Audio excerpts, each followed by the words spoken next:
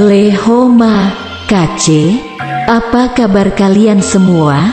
Saya harap kawan-kawan TKW Hong Kong dalam keadaan baik-baik saja dan serta dalam lindungan Tuhan Yang Maha Esa. Amin. KC, pernahkah kalian tiba-tiba membutuhkan dana keuangan yang mendadak? Yang pastinya pernah lah ya. Terus, bagaimana solusinya?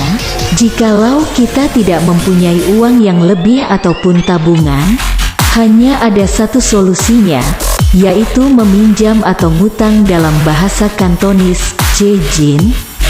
Ya, inilah yang akan kita bahas, masalah hutang piutang atau Cejin, dalam lingkungan para TKW Hong Kong. Sebelum ke pembahasannya, tidak bosan-bosannya saya ingatkan sekali lagi untuk subscribe, like, komen, dan share. Tu Ce Sai, KC. Let's go!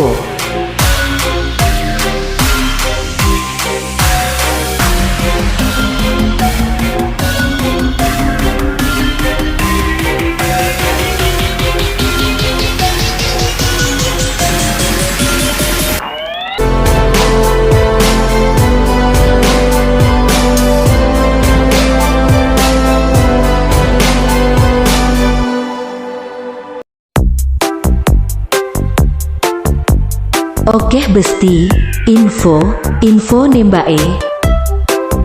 Langsung saja ke pembahasannya. Perihal atau masalah hutang piutang dalam lingkungan para TKW Hong Kong itu wajar. Arti kata hutang, menurut Feng Shui Sifu, hutang diambil dari dua kata, yaitu hu dan tang. Hu yang berarti tahu atau mengerti, sedangkan kata tang yang berarti tanggungan atau beban.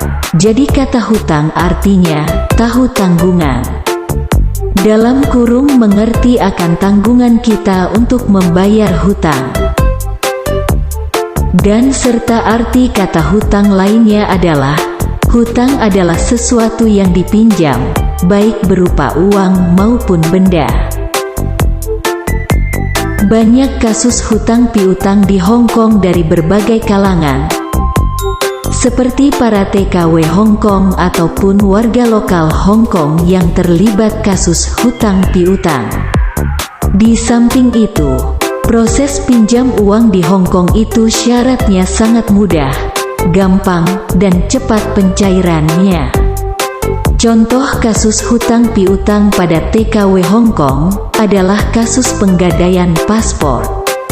Di sini TKW Hong Kong hanya memberikan paspor mereka, kemudian dapat mengajukan pinjaman uang dengan nominal yang fantastis.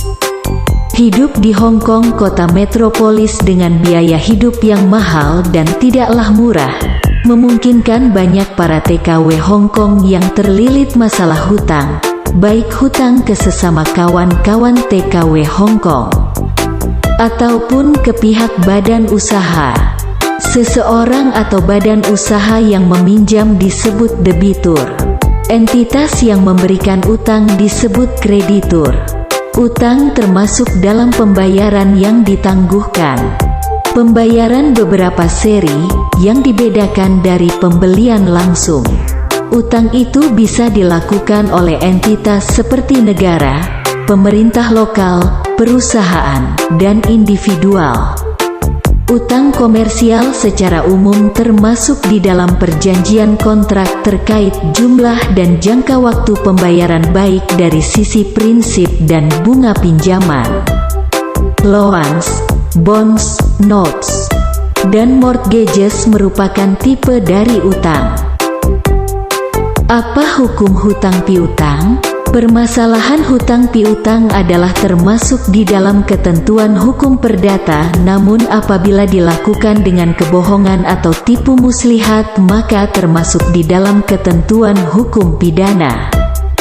Sehingga cara yang dapat Anda lakukan adalah membuat laporan ke polisi tentang tindak pidana penipuan. Bagaimana hutang piutang menurut agama atau keyakinan?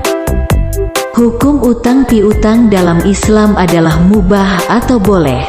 Bahkan Islam menganjurkan pemeluknya untuk memberi utang kepada orang yang mempunyai kebutuhan. Utang masuk dalam akad sosial yang mendapatkan janji pahala. Asalkan tidak mengandung unsur haram dalam utang piutang, yakni riba. Artinya, meminjam uang dan diharuskan membayarnya lebih dari uang yang dipinjamkan.